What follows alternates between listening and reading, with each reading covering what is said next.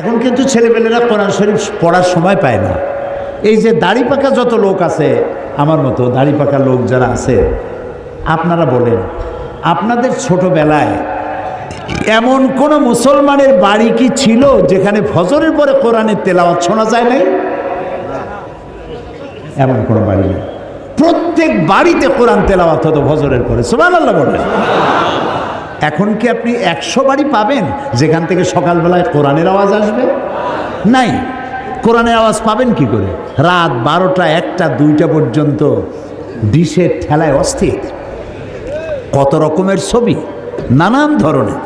এই ছবিগুলো দেখতে দেখতে রাত 2:30 3টা হয়ে গেল। এরপরে ফজরের নামাজ নাই, ফজরে ঘুম, উঠলু গিয়ে বেলা 9টার সময়। আর ওই যে বাচ্চা ছেলেটা কি বুদ্ধি করেছে, কারাই বুদ্ধি দিছে আল্লাহই জানে। কিন্ডারগার্টেন স্কুল যত আছে, নার্সারি গ্রুপের ছেলে, প্লে গ্রুপের ছেলে, সব বাচ্চাগুলার ক্লাস হলো 7টার সময়। মা তারে উঠায়, বাচ্চা কান্দে, উঠতে চায় না, জোর করে পাঠায় দেয়, ব্যাগ একটা ঘাড়ে ঝুলায় দেয়। বাচ্চার গায়ে ওজন যত, তার থেকে বইয়ের ওজন বেশি। চলে গেল স্কুলে, কানতে কানতে গেছে, ঘুম নষ্ট হয়েছে।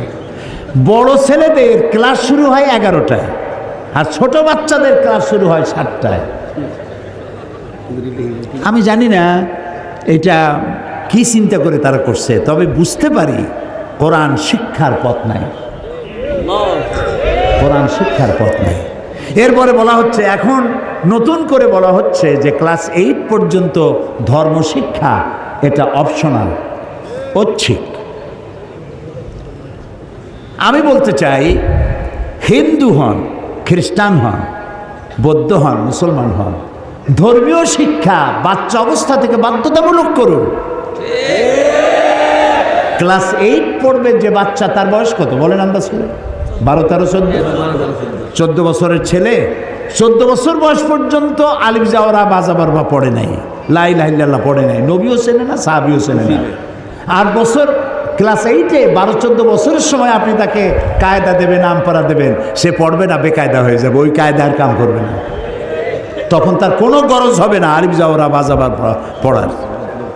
আহারে, তা আপনার কলিজার টুকরা সন্তান কোরআন থেকে বঞ্চিত, আপনার মেয়ে কোরআন থেকে বঞ্চিত, আপনার বাচ্চা কোরআন থেকে বঞ্চিত, আপনি নিজেও বঞ্চিত। শুধু একটা মাস আমরা বেছে নিয়েছি। আমার এই কথা বলতে গিয়ে আমার হৃদয়ে রক্তক্ষরণ হচ্ছে। আমরা একটা মাস বেছে নিয়েছি, রমজানের মাস কোরআন পড়ি, জুলে জুলে কোরআন পড়ি, সকলে কোরআন শরীফ পড়ে। আর রোজার পরে বন্ধু বান্ধব নিয়ে বসে, ভাই আমার পুত্রবধূ 7 খতম, আমার মেয়ে 9 খতম, আমার স্ত্রী 13 খতম, আর আমি এমনিতেই খতম। আচ্ছা, কোরআন শরীফ কি খতম করার জন্য আসছে? একটা হাদিস আমার দেখান, একটা হাদিস শোনান, একটা হাদিস শোনান। কোরআন শরীফ খতম করার জন্য নাজিল হয়েছে? কোরআন শরীফ বোঝার জন্য নাজিল হয়েছে। সুবহানাল্লাহ। এই জন্য কোন কোন সাহাবীর এক একটা সূরা শেষ করতে 6 মাস 1 বছর লেগে যেত। এটা কি এই জন্য যে তারা কোরআন জানতেন না, আরবি জানতেন না? এটা এই জন্য ছিল, 1 লাইন পড়েছেন, 2 লাইন পড়েছেন, বুঝেছেন, বাস্তব জীবনে ইমপ্লিমেন্ট করেছেন, বাস্তব জীবনে কাজে লাগাইছেন, আবার পড়েছেন, আবার বুঝেছেন, আবার আমল করেছেন।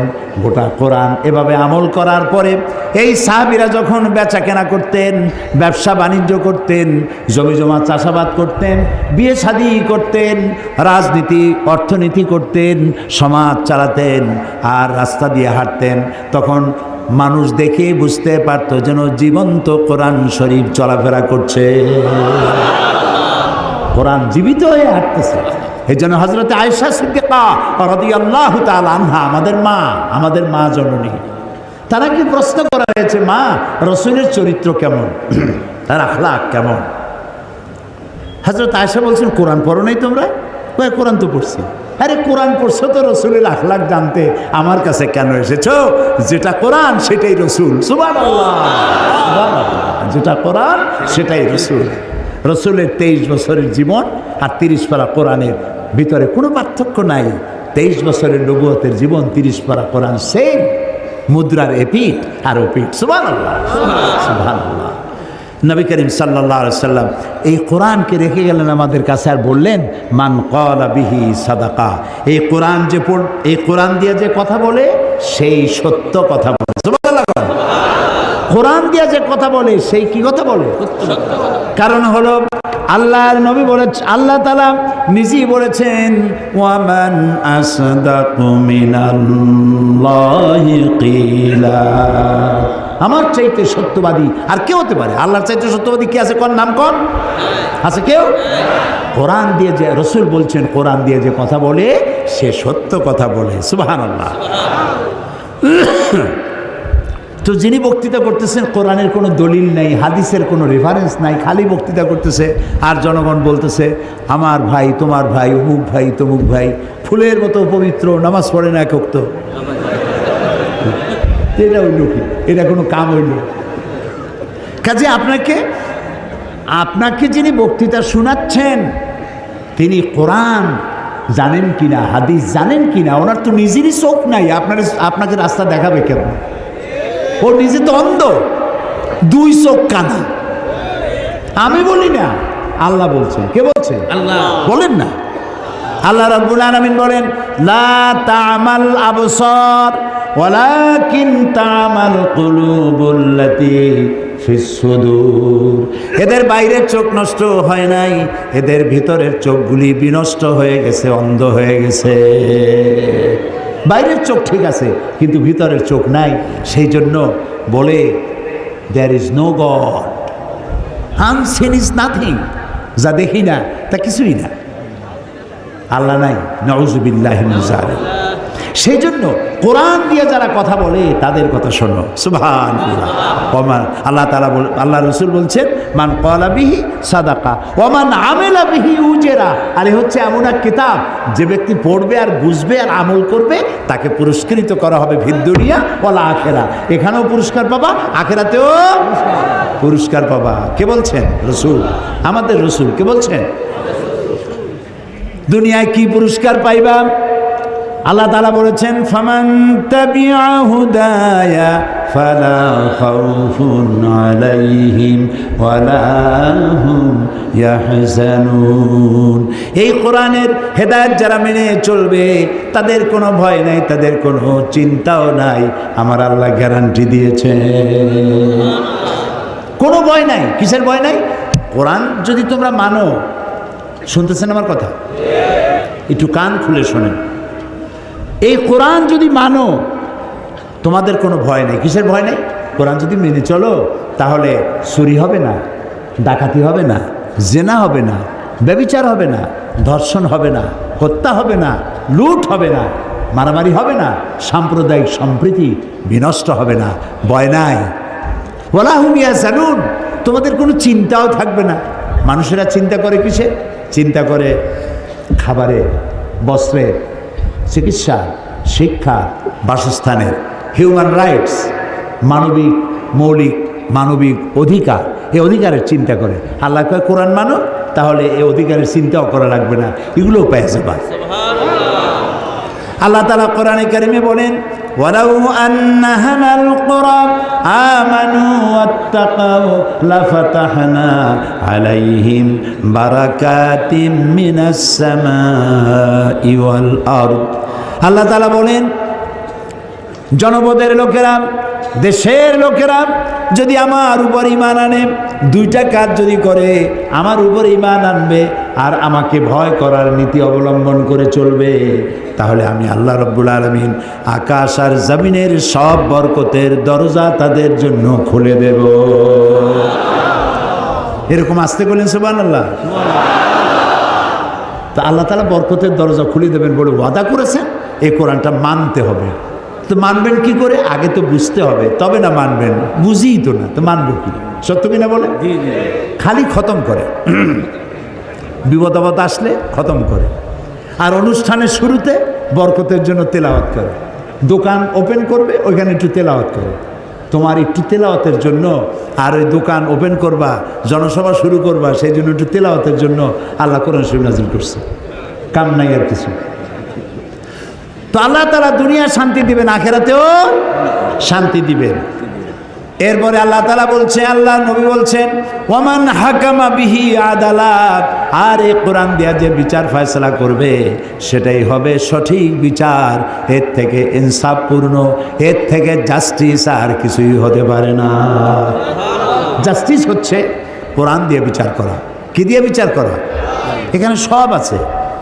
সন্ত্রাসীদের বিচার কিভাবে করবেন, মদখোরের বিচার কিভাবে করবেন, চোরের বিচার কেমনে করবেন, ডাকাতেরটা কেমনে করবেন, আছে না সব কোরআন শরীফে? আছে। অনেকে আন্দাজে বলছেন আছে, আর অনেকে বোঝেন না, সেই জন্য বলেন নাই, জানেন না। কোরআন শরীফ পড়েন, সব বুঝতে পারবেন। এর মধ্যে সব কিছুই আল্লাহ তাআলা বলে দিয়েছেন। বিচারটা যাতে সঠিক হয় সেজন্য ন্যায় বিচারের প্রতীক বলা হয় কোন জিনিসটাকে? একটু বলেন তো, পরীক্ষা দিলে আমি আপনাদের পরীক্ষা নিচ্ছি। হ্যাঁ, দাড়িপাল্লা। যারা বলতে পেরেছেন গোল্ডেন 5। আপনারা বলতে পেরেছেন যে ন্যায় বিচারটা ন্যায় হলো কিনা তার মানদণ্ড হচ্ছে মিজান, দাড়িপাল্লা, যা দিয়ে মাপা হয়। ইনসাফ কি মুকদ্দাস তারাজু, এটা হলো ইনসাফের জন্য পবিত্র মিজান। এই মিজান দুনিয়াও লাগবে, আখিরাতেও লাগবে। কিয়ামতের দিন আল্লাহ তাআলা মিজান রেখেছেন। এখন আমি এটা প্রায় বলে থাকি যে বিচারটা কিভাবে হবে। একজন আর একজনের একটা চোখ তুলে ফেলেছে, এগুলো তো করে আজকাল, প্রায় শুরু হয়ে গেছে। চোখ উঠায় ফেলায়, হাত ভাঙ্গে ফেলায়, পাও ভাঙ্গে ফেলায়, কয় যে আমাকে সাথে না থাকলে ঠ্যাং ভাঙ্গে হাতে ধরাই দেব। তো ঠ্যাং ভাঙ্গে হাতে ধরাই দিল, হাঁটবে কেমন? কি অন্যায় কথা। তো একজন যদি আরেকজনের ঠ্যাং ভাঙ্গে, আমাদের দেশে যে প্যানেল কোড আছে, যে বিচার আছে, এই বিচার পদ্ধতিতে প্রচলিত আইন অনুযায়ী 2 বছরের জেল হলো, আর ধরেন 50,000 টাকা জরিমানা হলো। এখন এই বিচারটা সঠিক হলো কিনা সেটা বোঝার জন্য দাড়িপাল্লা নিয়ে আসেন। দাড়িপাল্লার এক পাশে রাখেন বাঙ্গা ঠ্যাং, আর এক পাশে রাখেন 2,000 টাকা আর 6 মাসের জেল। এবার দাড়ি ধরে টান দেন, সমান হবে? যদি জেলের মাত্রা আরো বাড়াই দেই, জরিমানার মাত্রা আরো বাড়াই, হবে না। কি হলে হবে? আর একখান ঠ্যাং। এই কোরআন শরীফে আল্লাহ তাআলা বলেছেন, হাতের বদলে হাত, পায়ের বদলে পা, চোখের বদলে চোখ, দাঁতের বদলে দাঁত, জানের বদলে জান। এখন একখান ঠ্যাং ভাঙছে, ভাঙ্গা ঠ্যাং এক পাল্লায় দেন,